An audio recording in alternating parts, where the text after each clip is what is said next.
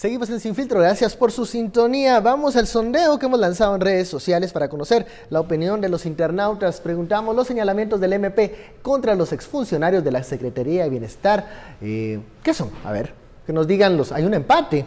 Dice, son justos los señalamientos del MP, pero también un 45% dice que hay que indagar más. Solo un 10% cree que los señalamientos del MP son injustos. Este empate de este sondeo preliminar nos hace reflexionar sobre que también hay mucha desinformación hasta este momento de lo que ocurrió ese 8 de marzo, de las primeras declaraciones de los cuerpos de socorro, los mismos policías. Recordemos que hasta un comisario de la policía afirmó que el presidente Jimmy Morales estaba al tanto y él dio la orden de que se mantuvieran las cosas como estaban. Él lo dijo en una citación en el Congreso de la República. Luego salen las hipótesis de las niñas encerradas en un salón, quién tenía la llave, quién debía tener la llave. Entonces, bueno, sí, los internautas dicen hay que indagar más, quieren conocer más de lo que ocurrió ese día. Es que, a ver, una de las preguntas que quedaron en el tintero, que ojo, es que también recordemos una cosa, es una audiencia de primera declaración. En la audiencia de primera declaración el Ministerio Público presenta indicios sobre la posible comisión de delitos por parte de las personas a las que está señalando. Es decir, aquí el Ministerio Público no tiene que presentar la investigación en su totalidad. O sea, simplemente está diciendo, mire, señor juez, yo creo que estas 3 personas pudieron haber cometido estos delitos y yo le traigo estos medios de investigación para que usted mire si considera si pudieron haber cometido algún delito o no. El acto conclusivo, que es cuando el Ministerio Público ya presenta el caso en su totalidad, y ahí es donde tiene que resolver todas los cabos grises, sueltos, las zonas grises, es hasta que ya haya proceso penal, lo que se conoce en la fase intermedia. Entonces, por eso es que en esta fase del proceso quedan algunas dudas abiertas. El tema de la llave, ¿quién la tenía? Por eso es que el Ministerio Público ni siquiera hizo referencia a ese tema. Ese debe ser otra línea de investigación, porque si alguien estaba parado afuera del recinto y con las niñas ya, con el incendio ya iniciado, y tenía la llave en la mano, esa persona es sujeta de investigación. Luego también depende de, a ver, qué institución, o mejor dicho, personal de qué institución tenía la llave. Si era la policía, hay incumplimiento de deberes, porque la policía no tenía por qué tener una llave de un centro bajo administración de bienestar social. Y si lo tenía bienestar social, ahí hay maltrato de menores, homicidio culposo, etcétera, etcétera, porque a cuenta de que si yo tengo la llave y estoy afuera no presté auxilio. Entonces, ese elemento me parece que ese está para más tarde, digamos. Que se tiene que Esto lo decía y nos hacía énfasis en el corte de quién debía tener la llave, quién debía tener el control. Ese es para mí el punto central. Eso es para mí hay una respuesta. El director del centro. Pero el tema de la llave fue algo que en las primeras horas, en los primeros días, quedó en un área gris, ¿no? El proceso, para explicarlo bien sencillo, ahorita estamos en la fase pero inicial, indiciaria. Luego, digamos, aquí hay indicios que nos podrían llevar a una evidencia. Luego deja de abrirse esto a juicio, ¿verdad? Ligar y empezar el proceso. El juez da un tiempo para entonces el proceso de investigación. Si no se cumple, se pide más tiempo, que es lo que generalmente se hace, y entonces se va al proceso. En la investigación, entonces, ya no son indicios, que hay evidencia. ¿Quién dirige esa investigación? El MP, ¿verdad? Esa investigación es dirigida, no hecha necesariamente, dirigida por el MP. Yo creo que son cosas que tenemos que ir entendiendo de los procesos. Así es aquí, así es en cooptación, así es en cualquier proceso. Y entonces ya viene la fase porque la defensa obviamente también se va a reforzar, va a buscar sus argumentos de descargo, ¿verdad? Y pruebas y evidencia de descargo, y va a buscar todo lo que defienda a los acusados que originalmente fueron ligados, pero que solamente no hay todavía una prueba, son presuntos. Claro. Son supuestos culpables, la presunción sigue en ese, pero hay una relación digamos, por eso se dice ligado a. Entonces, aquí y en eso es donde vienen todas esas preguntas, y esas van a venir en la fase, pero para mí una de las preguntas claves en ese proceso de buscar ya no solo indicios, sino la evidencia, será quién debía, o quién en la lógica y el protocolo era el encargado de tener la llave, de estar a cargo de tomar una decisión sobre el objeto.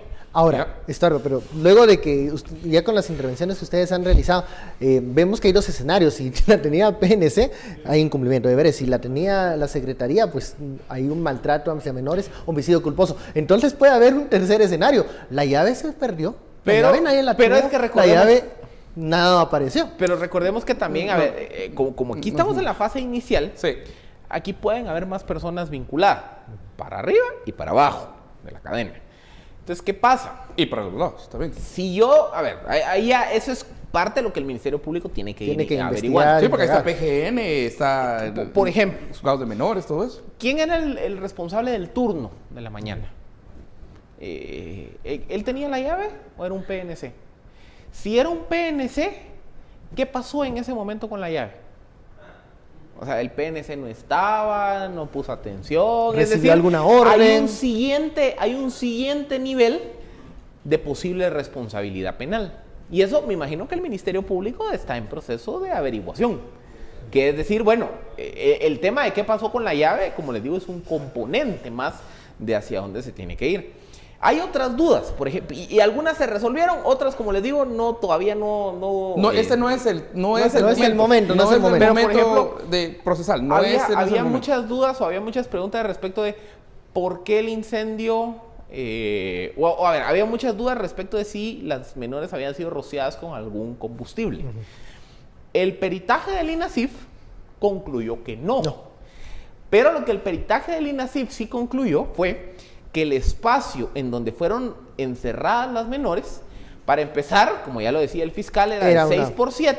En un lugar pequeño. Ahí habían 41 menores y lo que ocurrió fue, no más, habían 60 y tantas menores, y lo que ocurrió fue que entraron alrededor de introdujeron alrededor de 25 colchonetas sintéticas, colchonetas que en el momento que se prendió el fuego, por el material de la colchoneta, hicieron combustión muy rápida.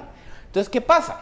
En un cuarto cerrado, con el incendio de esas colchonetas... Esa cantidad de gente. Y esa cantidad de gente, lo que el Ministerio Público está diciendo, no usó esas palabras, pero literalmente lo que... Bueno, no el Ministerio Público, el INASIF, la verdad, lo que dijo es, miren, eso era un horno. Claro. O sea, era una muerte segura. Es decir, es cierto, el incendio podía estar en aquella esquina, pero por lo cerrado del recinto, la temperatura en todo el recinto se elevó a una velocidad altísima. Por eso decían que llegó hasta los 300 grados. Entonces, eso permite en teoría responder la pregunta y decir, no estaban rociadas con ningún combustible, pero la magnitud del incendio se aceleró por la sumatoria de variables de poco espacio, muchas personas y pero con una pregunta previa todavía.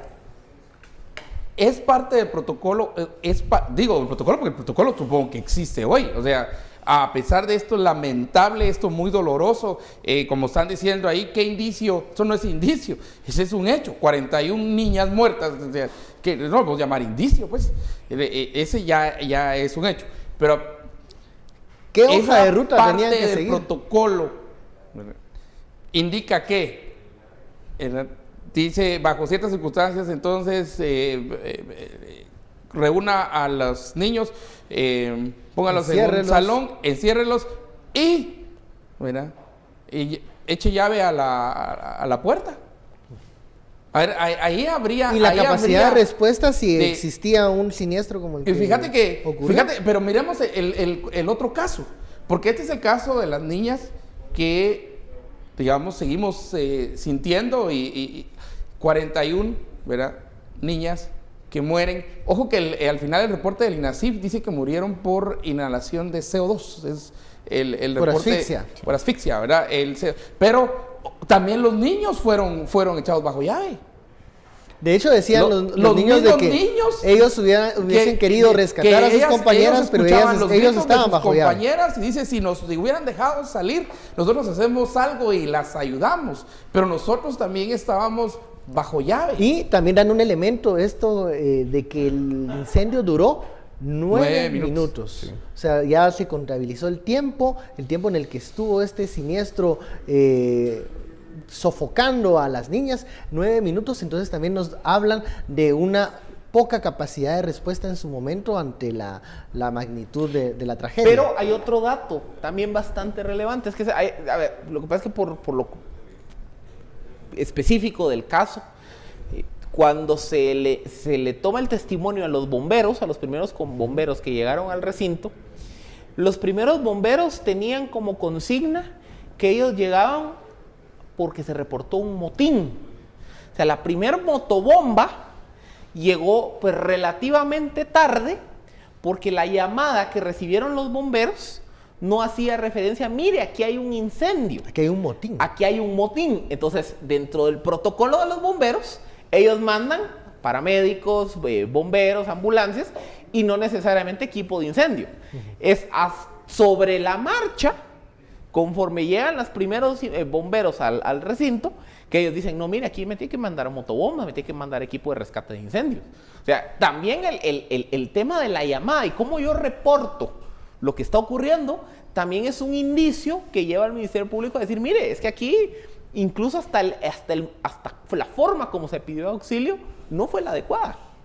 Y la forma como, incluso lo que ocurrió la noche anterior, el 7 de marzo, daba avisos de que era un motín, que era una toma del Hogar Virgen de la Asunción y no una fuga porque existían situaciones que ya no se podían permitir en el lugar. O sea, hubo de parte de las autoridades también una desinformación y entonces aquí también uno tiene que volver a las declaraciones del presidente Jimmy Morales, que durante las primeras horas de la crisis defendió a capa y espada la idoneidad de las personas que estaban al frente de la Secretaría de Bienestar Social. Hay declaraciones grabadas del presidente en donde él reitera que eran las personas idóneas, las personas más capaces que podían estar en ese momento para enfrentar esa crisis. Y bueno, hoy el Ministerio Público dice no había garantía, no pudieron garantizar la seguridad de las menores y existía una falta de pericia al momento de tomar las decisiones. Y este incendio de 9 minutos, la forma como fue descrita, las primeras llamadas de emergencia que hablan de un motín, no de un incendio, nos hacen ver la magnitud, digamos, de la toma de decisiones que existieron en ese momento. Estuardo, debemos de tener paciencia en este momento, porque es un proceso, ¿verdad? Yo creo que sí. Yo creo que no... Creo que tenemos que esperar. Y aquí, pues, no sé por qué cuando escucho al MP, siento que atrás hay una investigación muy buena, como dijo Filipe al principio. Siento un poquito ahí, oigo ecos y sonidos de alguna investigación, sí, por ahí, pero yo no lo puedo afirmar aquí. Pero la investigación, si esta es la primera etapa, creo que en algún momento se puede atar lo de la negligencia en algún punto, o sea, en comprobar que alguien no tomó una decisión equivocada. Y aunque no sea así, yo creo que la ayuda de alguna manera, creo que sería no solamente importante, sino también bastante relevante digamos, de un ente que se ha dedicado a la investigación. Pero otra vez los tiempos judiciales tienen su propio ritmo, tienen su propio... solo la etapa inicial va a tener, digamos, un tiempo, luego viene la etapa de la investigación. Si hay indicios y juez dice está ligado, se abre el proceso de investigación. Luego ahí vamos a ver cuánto tiempo pasa para entonces entrar a la etapa intermedia. Y veremos cuál va a ser la respuesta de la defensa o si van a presentar acciones legales para atrasar. Sí, porque todo eso al final lo que pasaría es atrasar. Lo que sí no va a pasar es que los guatemaltecos olvidemos 41 niñas. Eso no va a pasar. Eso no va a pasar. Y eso nunca va a pasar eso. Y bueno, vamos a un corte. Ya lo sabe, la etiqueta SF Hogar Inseguro. Regresamos con una pregunta. Este tema del caso de Hogar Seguro puede ser un factor más que separe o que haga más honda la brecha entre MP y el presidente Jimmy Morales. Regresamos luego del corte.